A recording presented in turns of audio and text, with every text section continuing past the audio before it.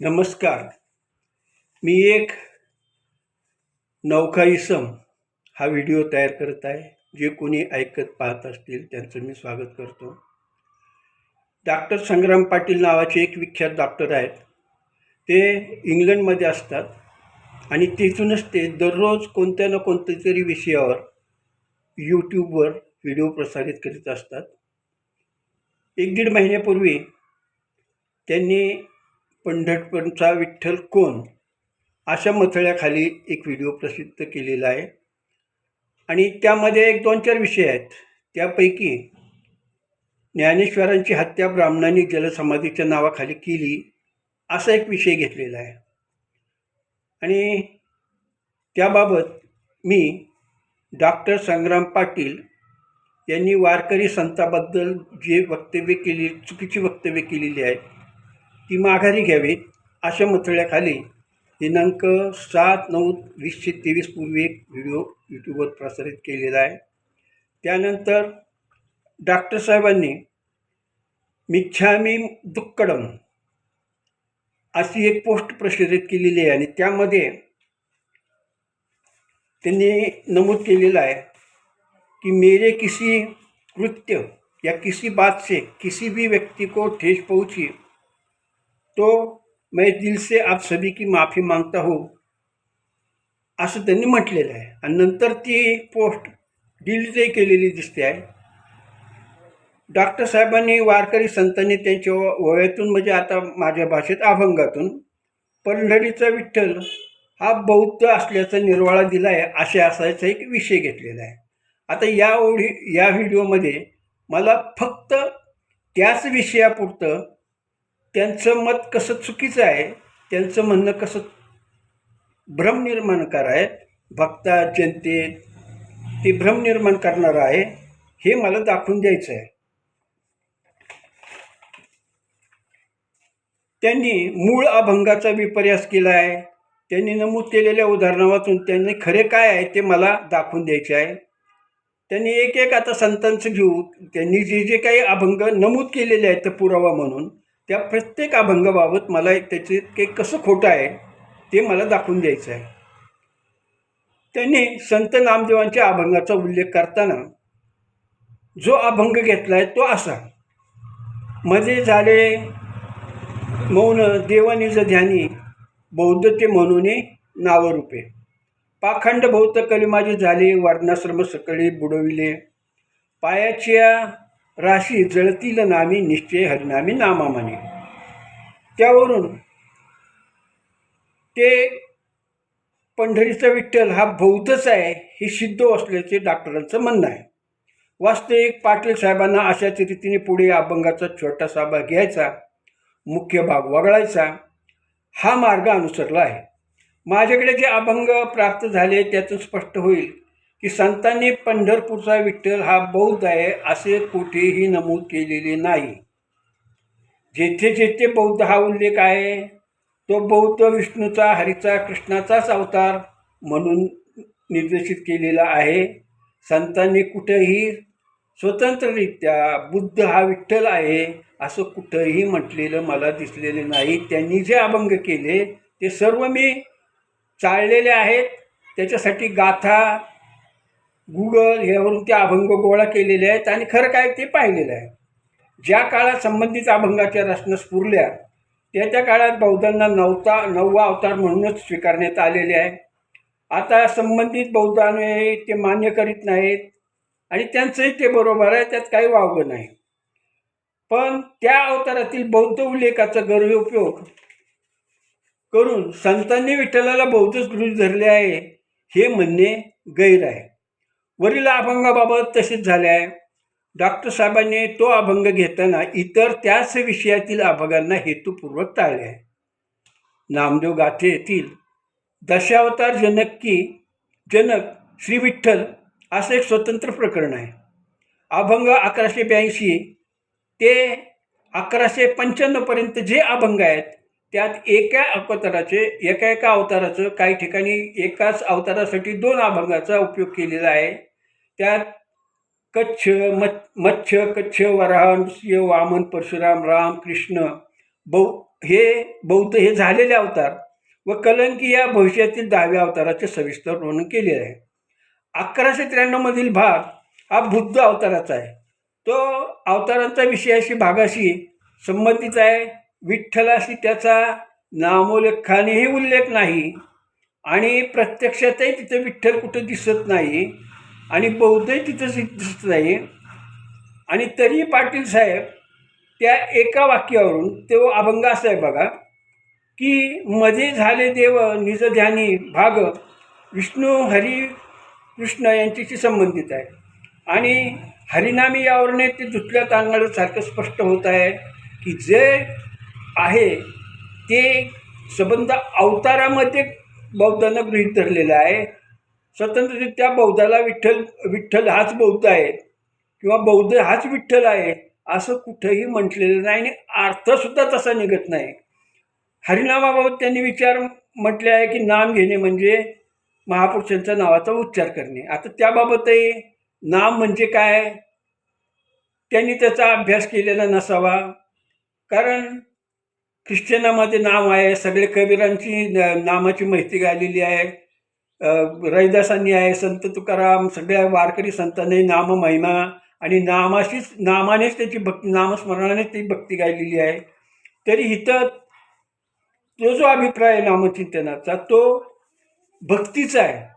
आणि इथं केवळ एका त्या वाक्यावरून नामदेव महाराज विठ्ठलाला बौद्धच म्हणतात, बौद्धालाच विठ्ठल म्हणतात, हे पूर्णपणे पाटील साहेबांनी त्या अभंगाचा त्यांना माहिती असूनही विपर्यास करून तिथे ते संबंध जोडण्याचा प्रयत्न केलेला आहे. आता चोखामेळ्याच्या अभंगाचा जो उल्लेख केला आहे त्यात विठ्ठल हाच बौद्ध आहे अशा अर्थाचा एकाही अभंगाचा समावेश नाही. चोखा महाराजांनी त्यांचे महार असण्याबाबत त्यांचा छळ झाल्याचे खूप अभंगातून नमूद केलेले आहे. ते ध्यानी नसून ते भक्तच आहेत. चोखोबा महाराजांचे एकूण 190 अभंग आहेत.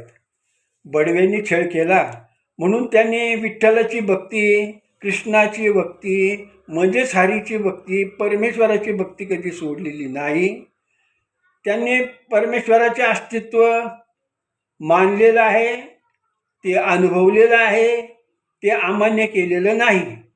ध्यान आणि योग याचा उपयोग करण्याची त्यांना गरज लागलेली नाही.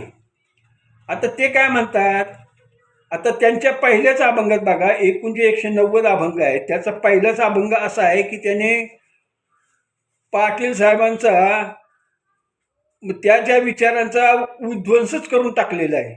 ते काय म्हणतात, चोखोबांनी ते खोटे पाडून छेद दिला आहे त्यांच्या विचाराला. ते म्हणतात, अनादि निर्मळ वेदांची जी मूळ परब्रह्म सोज्वळ बेटेवरी करध्वनी कट राहिलासे उभा निळवर्ण प्रभा फाकतसे आनंदाचा कंद पाऊले साजरी चोखा म्हणे हरी पंढरी. आता यामध्ये कुठं विठ्ठल दिसतो का, कुठं बौद्ध दिसतो का, बुद्धाचा उल्लेख आहे का, परंतु तेवढ्याच फक्त शब्दावर निळवर्ण प्रभा फाकतसे असं जो म्हणलेलं आहे त्या म्हणून फक्त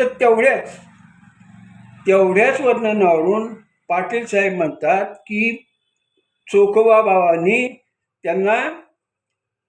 महाराजांनी त्यांना विठ्ठल हाच बौद्ध दिसलेला आहे, बौद्धाचंच त्यांनी विठ्ठलाचं म्हणून वर्णन केलेलं आहे. आता चोखोबांचे आणखी इतर अभंग पाहिले तर त्यामध्ये बौद्धाचं वर्णन न करता कृष्ण, विठ्ठल, पांडुरंग, हनुमंत यांचे भक्तीचे वर्णन केलेले आहे.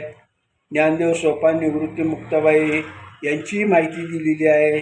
त्यांच्याबद्दलही काही अभंग तयार केलेले आहेत.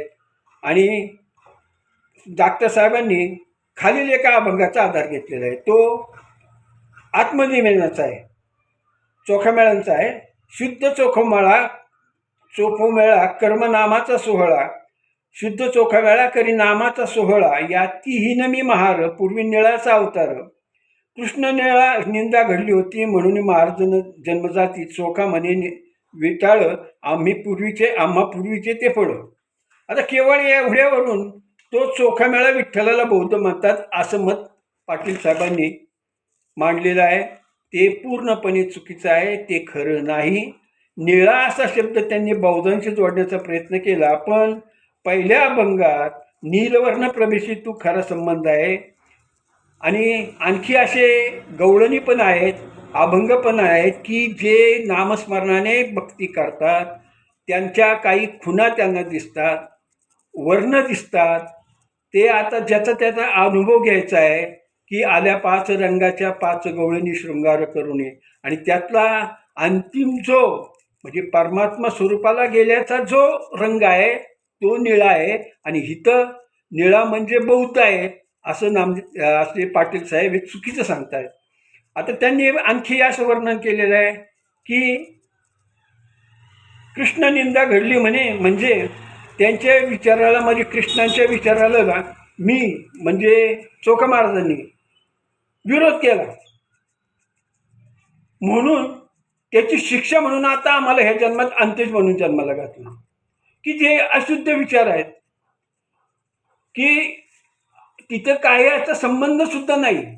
आणि बळस हे काहीतरी डॉक्टरांनी त्या अर्थाचा विपर्यास मुद्दाम केलेला आहे, ते चुकीचं आहे त्यांचं.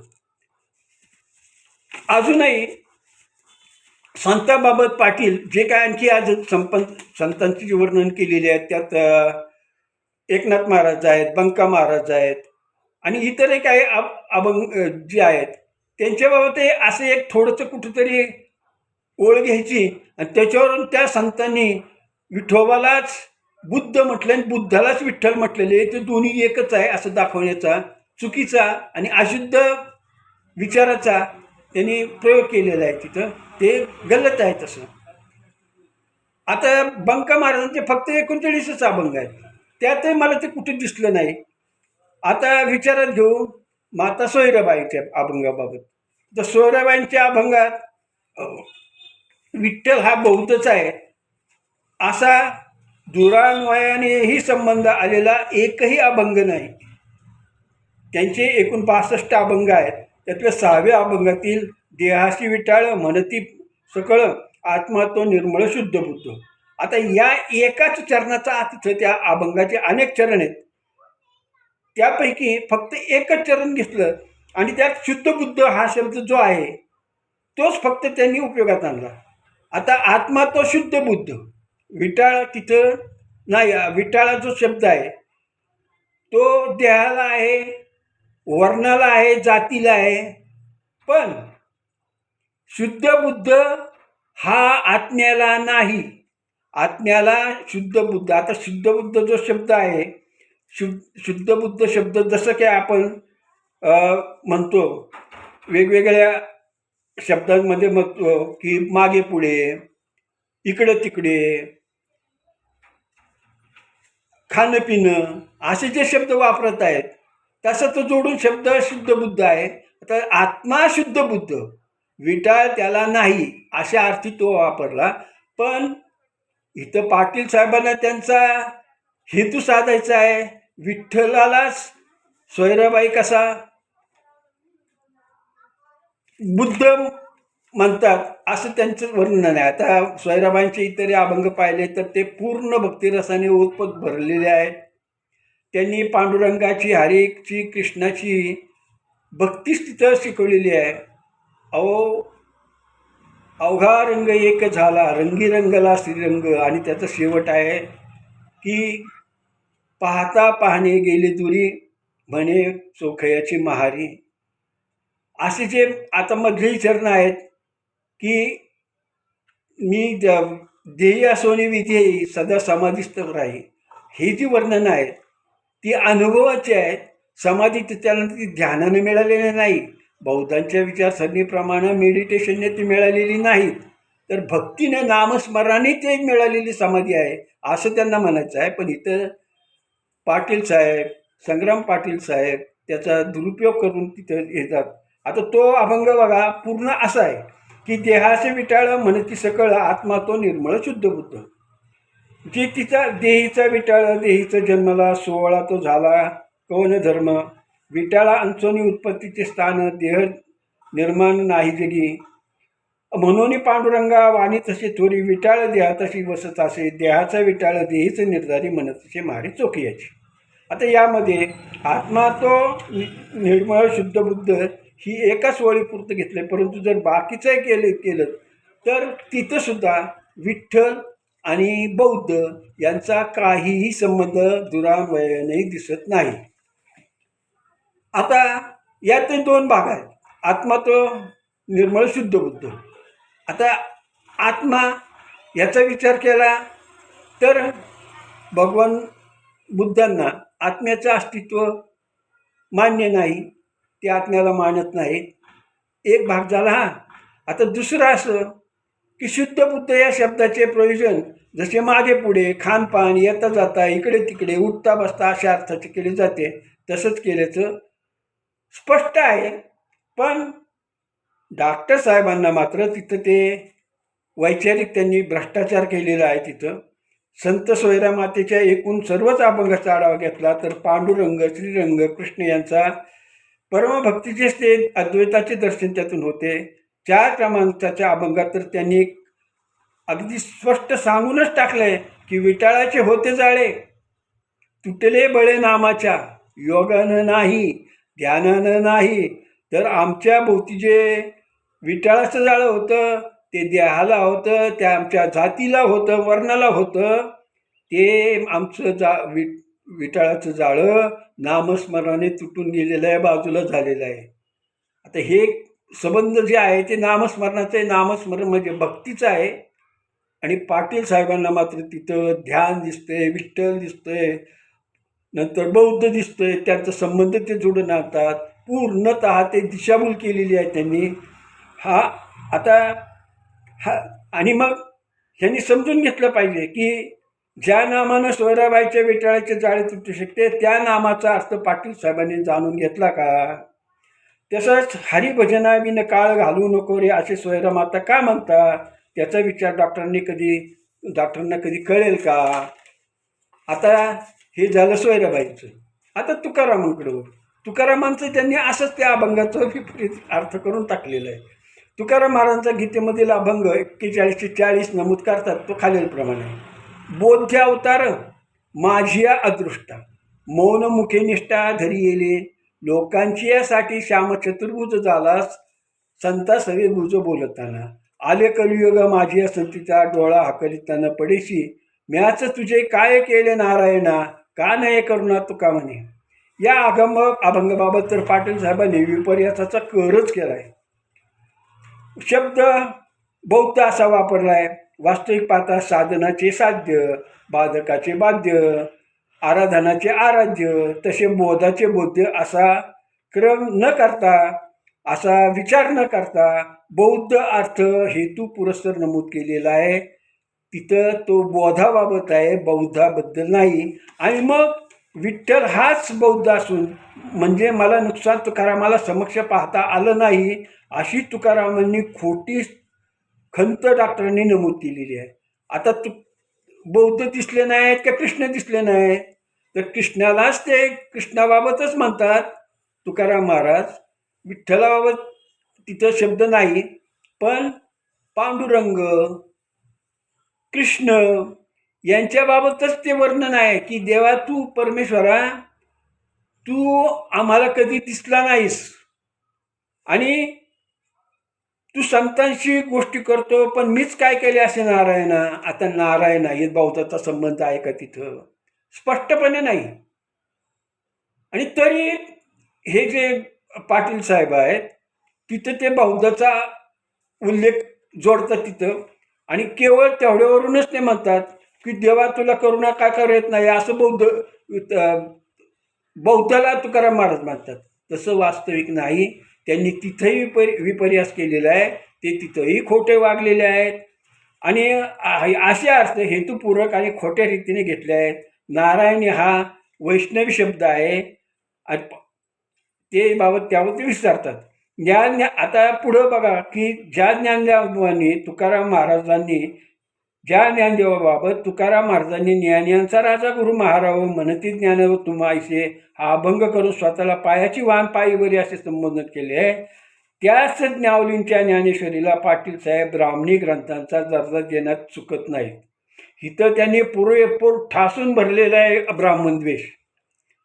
ब्राह्मण द्वेषानंच हे केलेलं आहे. त्यांना वैदिक धर्माबद्दल टीका करायची असेल, मला त्याच्याबद्दल काही म्हणणं नाही.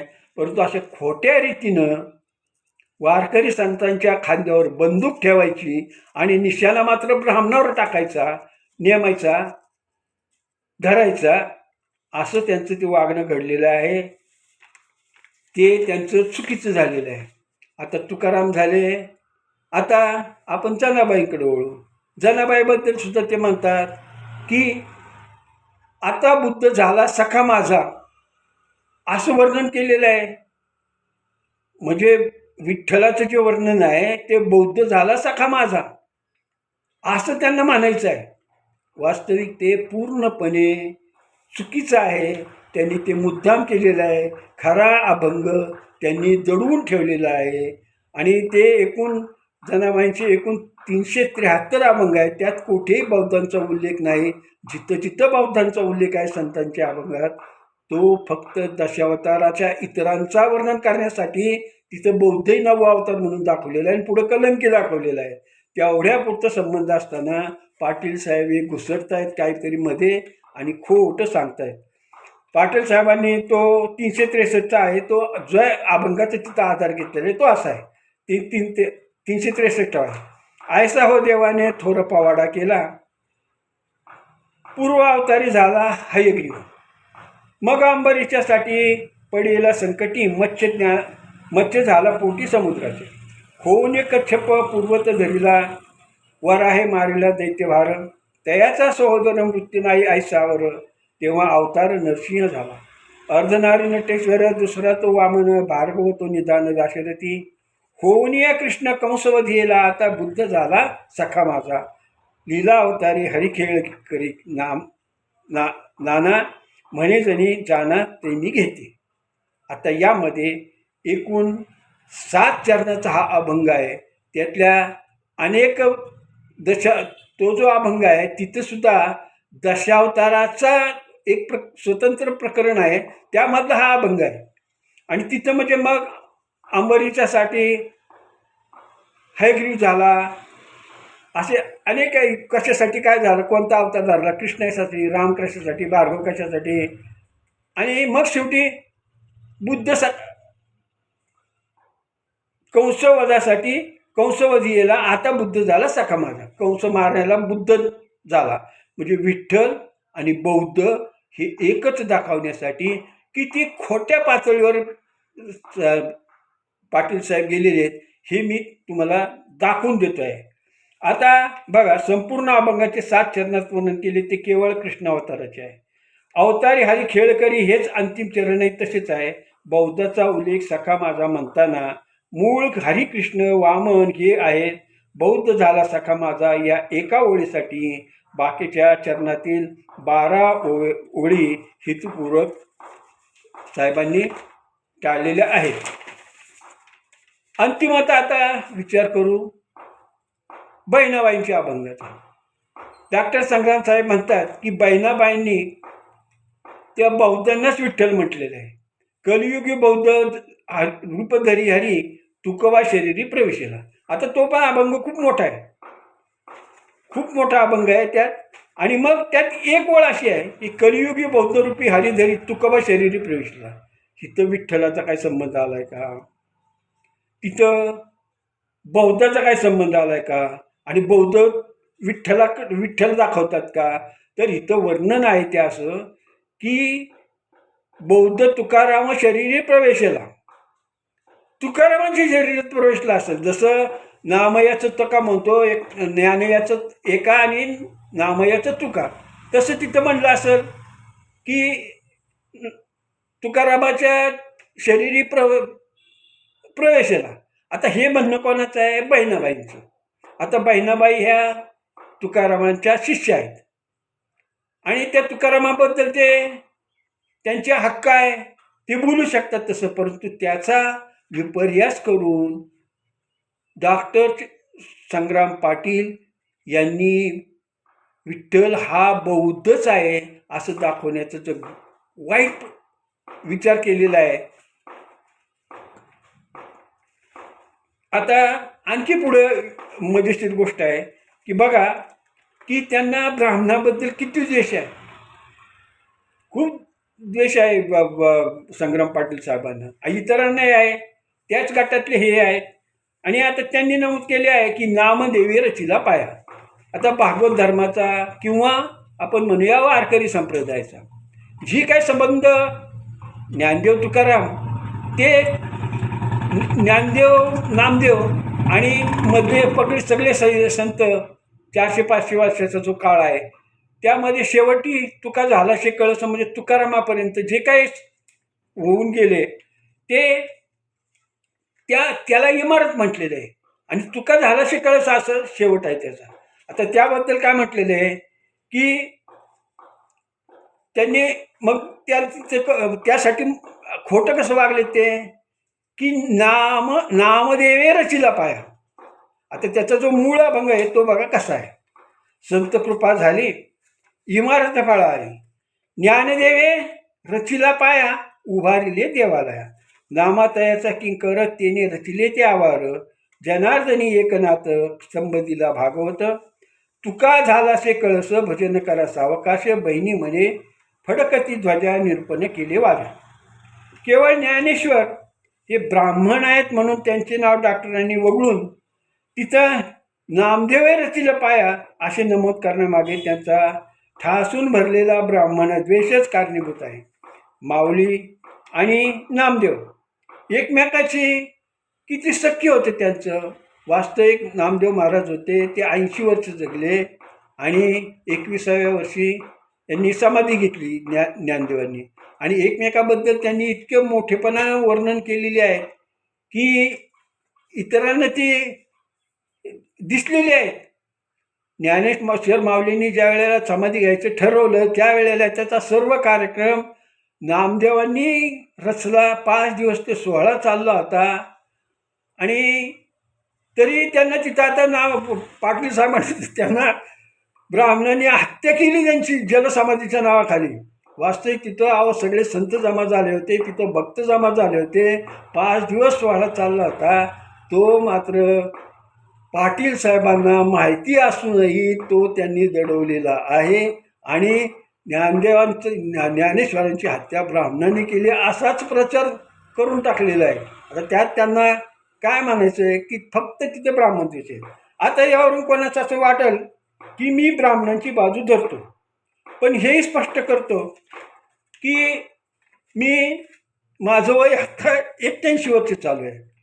राष्ट्र सेवा दलाचं मी 1957 पासून पायी झालेलो आहे. मला यातलं कळत नसेल काय मी तिथं काय मोठा शाखा प्रमुख एकदा झालो होतो. शाखा प्रमुख आमच्या गावात राष्ट्रीय सेवा दलाची शाखा मी स्वतः चालवली होती. पण आता राष्ट्र सेवा दलाला शाहू फुले आंबेडकर यांच्याबद्दल काय मत असतं ते हे मी सांगायची गरज नाही. आम्ही पहिल्यापासून म्हणजे 1957 पासूनच RSSच्या पूर्णतः विरोधी आहे आणि तो आजही विरोध आहे.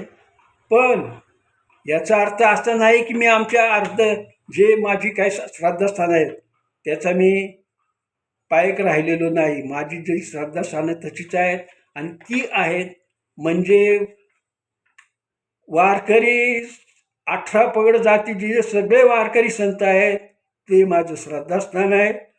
उत्तरेकडं कबीरजी, नानकजी, रैदास आणि मीराबाई. तसं पाहिलं तर सुफी संतसुद्धा त्यांचंसुद्धा मी वाचन केलेलं आहे. त्यांची जे आहे ते वारकरी संप्रदायाशी बरंच ते मासारी असतील ते मुसलमान असतील परंतु त्यात ते घेत नाही. परंतु रैदास, नानक, कबीरजी आणि मीराबाई आणि सगळे वारकरी माझी श्रद्धास्थान आहेत. त्या श्रद्धास्थानांचा उपयोग गैरउपयोग करून असं काहीतरी खोटं करणं हे योग्य नाही. ते मला पटलेलं नाही. आणि म्हणून हे जर मी केलं नाही तर मी पळपुटा दिसेल. पळपुटा माझा स्वभाव आहे हे सिद्ध होईल. मला मन खात राहील. म्हणून हा सगळा उपद्व्याप मी केलेला आहे. मला सत्य काय आहे ते मी तुमच्या पुढं मांडलेलं आहे. आणि यापुढेही जाऊन हे का झालेलं आहे ह्याची हे जे असे जे प्रचार सुरू झालेले आहे त्याची कारणंही मला माहिती आहे. तिच्याबद्दलची मी सेपरेट मला तर त्याच्यावरूनच आणि असं जर विचार खरं मांडलं तर अहो मी ज्यांच्या विरुद्ध त्या भिडेंच्या विरुद्ध असू नये त्यांच्याबद्दलच्या विरोधी व्हिडिओ करू नये. मला अहो आंब्याची पैदास आहे, हा मनुवादी आहे, अशा अनेक टीका सहन कराव्या लागत आहेत. पण त्याच्याकडे आता दुर्लक्षच केलं पाहिजे. ज्याच्या त्याची बुद्धी जशी असेल तसा तसा तो माझ्याकडे पाहिल किंवा इतरांकडेही पाहिल, तसं ते झालेलं आहे. आणि म्हणून हा सगळा जो प्रपंच आहे आता मला ह्या वयात करायला लागतो आहे तो केवळ माझ्या श्रद्धास्थानं आहेत. त्यांच्याबद्दल गैरवापर कोणी करू नये. त्यांचा वापर करून त्यांच्या खांद्यावर बंदूक ठेवायची आणि निशाणा धरायचा तो ब्राह्मणावर. ते ब्राह्मणांचे दोष किती आहेत त्याच्याबद्दल मी आता काय सध्या बोलत नाही. पण असं गैरमार्गानं त्यांच्यावर काटा काढायचा हे मला योग्य वाटत नाही. त्यासाठीच हा प्रपंच केला आहे. काय यामध्ये माझी चुकलं असेल तर क्षमा करा. परंतु एवढं आता मी केलेलं ह्याच्यातून स्पष्ट केलेलं आहे की संग्राम पाटील जे इंग्लंडमधून हे जे छड्या मारतायत ते अयोग्य आहे. त्यांच्या त्या लाखो त्यांचे अनुयायी असतील, त्यांचे चाहते असतील, त्यांना हे कळलेलंही नसेल की हे संग्रामसाहेब वारकऱ्याबद्दल असे तिटकारा का करतात. कारण सगळ्यांनी त्यांना महान बनवून ठेवलेलं आहे. बने का, पण जे खोटं आहे ती सर्वांसमोर आणणं. आता हा व्हिडिओ कोण बघो न बघो पण मी यूट्यूबवर पाठवणार आहे. त्यासाठीच तयार केलेला आहे. निदान तो रेकॉर्डवर तरी राहील. एवढंच मी विनवणीने आता पुन्हा नमस्कार करतो आणि जय हरी, जय विठ्ठल, जय पांडुरंग असं म्हणून आपली रजा घेतो.